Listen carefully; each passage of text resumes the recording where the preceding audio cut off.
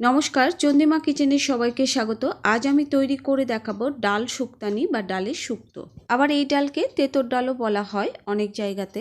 আর গরমের দিনে শরীরের পক্ষে এই ডাল খুব ভালো আর খুব কম সময়ে খুব সহজেই করা যায়। খুব বেশি উপকরণের প্রয়োজন হয় না, ঘরে থাকা উপকরণ দিয়েই এই ডাল তৈরি করা যায়।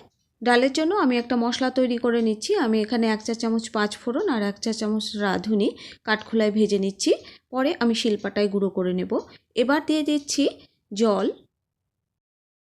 এবার দিয়ে দিচ্ছি 100 গ্রাম মটর ডাল। মটর ডালটা আমি ভালো করে ধুয়ে জল ঝরিয়ে রেখেছি। ডালটা আমি ভালো করে সেদ্ধ করে নেব। আরও বেশ খানিকটা জল লাগবে, আমি আরও বেশ খানিকটা জল দিয়ে দিচ্ছি। আপনারা চাইলে প্রেসার কুকারে সেদ্ধ করে নিতে পারেন, কিন্তু প্রেসার কুকারে সেদ্ধ করলে আমার মনে হয় টেস্টটা কম হয়। ডালটা প্রায় সেদ্ধ হয়ে গেছে, আরও একটু সেদ্ধ হবে। ডালটা সেদ্ধ হয়ে গেছে, আমি আর এর থেকে বেশি সেদ্ধ করব না। রান্না করতে করতে ডালটা আরও বেশি গলে যাবে। এবার লাউ দিয়ে দিচ্ছি। লাউগুলো আমি কেটে ধুয়ে রেখে দিয়েছিলাম।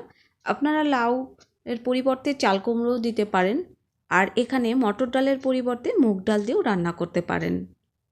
দিয়ে দিচ্ছি সজনে ডাঁটা। এবার সজনে ডাঁটা ও লাউ ভালো করে সেদ্ধ করে নেব। আর খুব বেশি সেদ্ধ করে লাউ সজনে ডাঁটা গলিয়ে ফেলবেন না, তাহলে খেতে ভালো লাগে না। দিয়ে দিচ্ছি পরিমাণ মতো জল। এবার দিয়ে দিচ্ছি স্বাদ মতো নুন। এবার দিয়ে দিচ্ছি হাফ চা চামচের মতো হলুদ গুঁড়ো। এবার ডালটা ভালো করে নেড়ে চেড়ে দেব। এবার ডালের উপরের ফেনাটা আমি হাতা দিয়ে ফেলে দেব। এই ফেনা ডালের টেস্ট অনেকটাই নষ্ট করে দেয়, তাই সবসময় ডালের ফেনাটা ফেলে দেবেন। ডাল সবজি খুব সুন্দরভাবে সেদ্ধ হয়ে গেছে। এবার আমি ডালটা নামিয়ে নেব। এবার কড়াইতে দিয়ে দিচ্ছি 3 টেবিল চামচ তেল। তেলটা গরম হলে আমি উচ্ছেগুলো দিয়ে কড়া করে ভেজে নেব, আর উচ্ছেগুলো কড়া করেই ভেজে নিতে হবে। আমি উচ্ছেগুলো ভাজার সময় নুন হলুদ কিছুই দিচ্ছি না। চেষ্টা করবেন উচ্ছের মধ্যে নুন হলুদ না দিয়েই ভাজার। আর উচ্ছেগুলো বেশি তেলেই ভেজে নিতে হবে, এতে খেতে ভালো হয়। তবে আপনারা আপনাদের ইচ্ছা মতো তেল দিয়ে ভেজে নিতে পারেন। উচ্ছেগুলো ঠিক এমন কড়া করে ভেজে নিতে হবে। এবার উচ্ছেগুলো আমি তুলে নিচ্ছি। এবার এই তেলেই দিয়ে দিচ্ছি 1 চা চামচ ঘি। আপনারা চাইলে শুধু ঘি দিয়েই এই ফোড়নটা দিতে পারেন। আমি ঘি তেল দুটোই দিচ্ছি। এবার দিয়ে দিচ্ছি 2টো ছোটো সাইজের তেজপাতা। আর ফোড়নের জন্য দিচ্ছি হাফ চা চামচ রাঁধুনি, হাফ চা চামচ 5 ফোড়ন। এবার নেড়ে চেড়ে ফোড়নটা ভালো করে একটু ভেজে নেব। ফোড়ন থেকে সুন্দর একটা গন্ধ বের হলে দিয়ে দেব আদা বাটা। এবার নেড়ে চেড়ে আদা আমি একটু হালকা করে ভেজে নেব। আদা বেশি ভেজে পুড়িয়ে ফেলবেন না, তাহলে খেতে ভালো লাগবে না। আদা ভাজা হয়ে গেছে, এবার ডালটা আমি ফোড়ন দিয়ে দেব। এবার দিয়ে দিচ্ছি 2.5 চা চামচ চিনি। আর চিনিটা অবশ্যই দিতে হবে।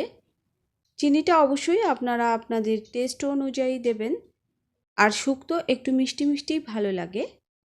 এবার দিয়ে দিচ্ছি 1/4 কাপ দুধ। দুধটা আমি আগে থেকে জাল দিয়ে ঠান্ডা করে রেখেছিলাম। আর এই দুধটা অবশ্যই দেবেন, কারণ দুধ দেওয়ার ফলে শুক্তোর টেস্টটা বহু গুণে বেড়ে যাবে। এবার দিয়ে দিচ্ছি ভেজে রাখা উচ্ছে। দিয়ে দিচ্ছি ভাজা মশলা 1 চা চামচ, যে মশলাটা আমি কাঠখোলায় ভেজে রেখেছিলাম। এবার সবশেষে দিয়ে দিচ্ছি 1 চা চামচ ঘি। আর ঘি দেওয়ার পরে ঢেকে আমি চুলা বন্ধ করে রেখে দেব 5 মিনিট। 5 মিনিট পর দেখুন শুক্তো তৈরি হয়ে গেছে। এবার গরম গরম ভাতের সাথে পরিবেশন করব। এরকম পাতলা থাকতেই ডালটা নামিয়ে নেবেন। ডালটা পরে অনেক ঘন হয়ে যাবে।